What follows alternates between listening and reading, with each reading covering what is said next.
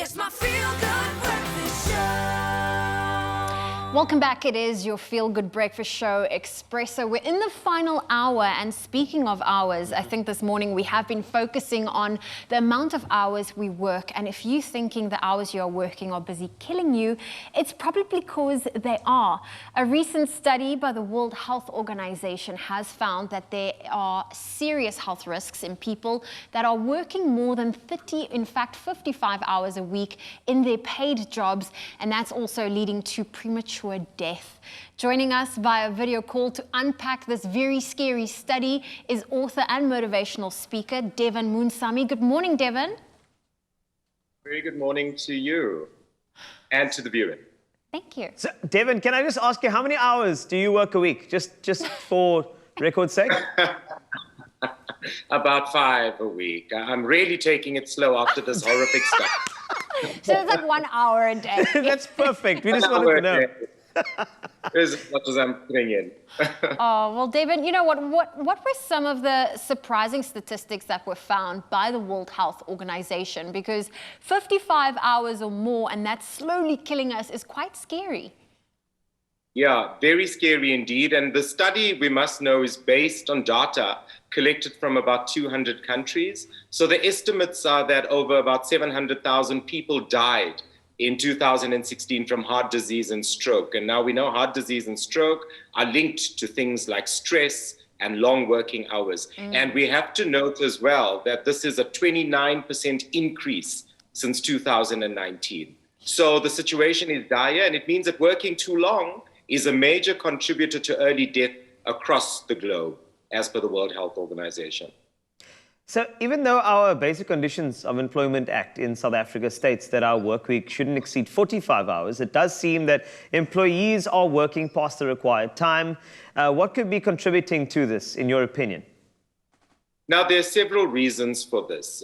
Online working has become the norm in many industries. South Africa is no stranger to working online. As you know, so many changes have happened radically in the country of late. And remember, most organizations are going lean. So what's happened is some organizations cut back on staff, and then there are people who are left within their organizations, and then they're working arguably extra hard to accommodate the losses of the jobs within that company. Some people also work overtime in an effort to earn more money. So people want more money, they want to be able to generate more revenue for the household, so they'll put in overtime. And then I also realized that many people have a second income stream, so a side hustle. So some people are doing side hustles. And finally, online platforms have become so much more accessible in a post-COVID corporate landscape. I mean, everybody's Zooming. People get interrupted during family dinners and parties because somebody needs to take a work call. So yeah, it's definitely exceeding the basic conditions of employment 45-hour. And I think a lot of us are working more than the 45-hour mark. But I know a lot of people are also working from home. That has escalated the situation in terms of the amount of hours that they are working. But what can someone do if they feel like their home has turned into a second office? Now, I realize that in some cases, people live in smaller setups or smaller home environments, buildings, complexes, and so forth.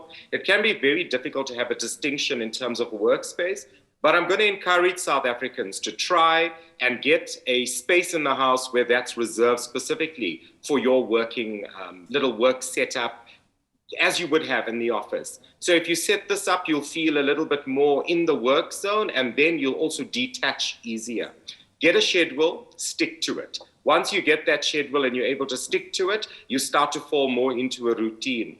Also, use some time to run some personal errands and take regular breaks and do some activities outside of the workspace and the work zone. And I would say eat proper lunch and exercise again. And remember, there's no job that is worth the risk of heart disease. I mean, and strokes. Your job can easily replace you, but your family, I'm not so sure if they're going to be able to replace you. Your partner, I'm not so sure if that's going to be able to happen in your family. So I would really encourage South Africans to really apply their mind and shift paradigms and mindsets here around how it is that we're actually working from home.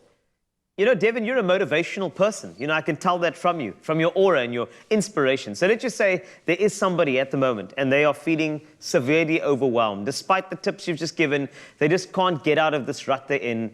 Do you have any sort of advice for them to just pull themselves out of that so they can get things sorted and start structuring their lives a little bit better? I would say that self-talk is fundamentally important. And, we often have conversations with ourselves, and that's how our perceptions are formed. Yeah. So when we have these conversations with ourselves around what my day looks like, how am I feeling emotionally?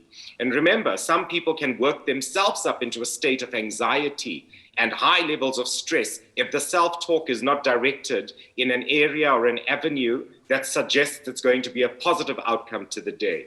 So being in complete control starts with shifting mindset. How we shift mindset is to be able to talk to the self and to be able to address key levels of anxiety that sit on the inside. And once that happens, you'll find you'll remove distractions. You'll start to focus nicely. You'll be a bit more realistic with deadlines. So getting to a zone and a space where I'm completely calm, where I'm completely in control. So if you don't accept your situation, you're never going to be in control and you'll never influence anyone. So it starts with a level of acceptance, be completely in control then, and then influence the situation and the outcome of your day.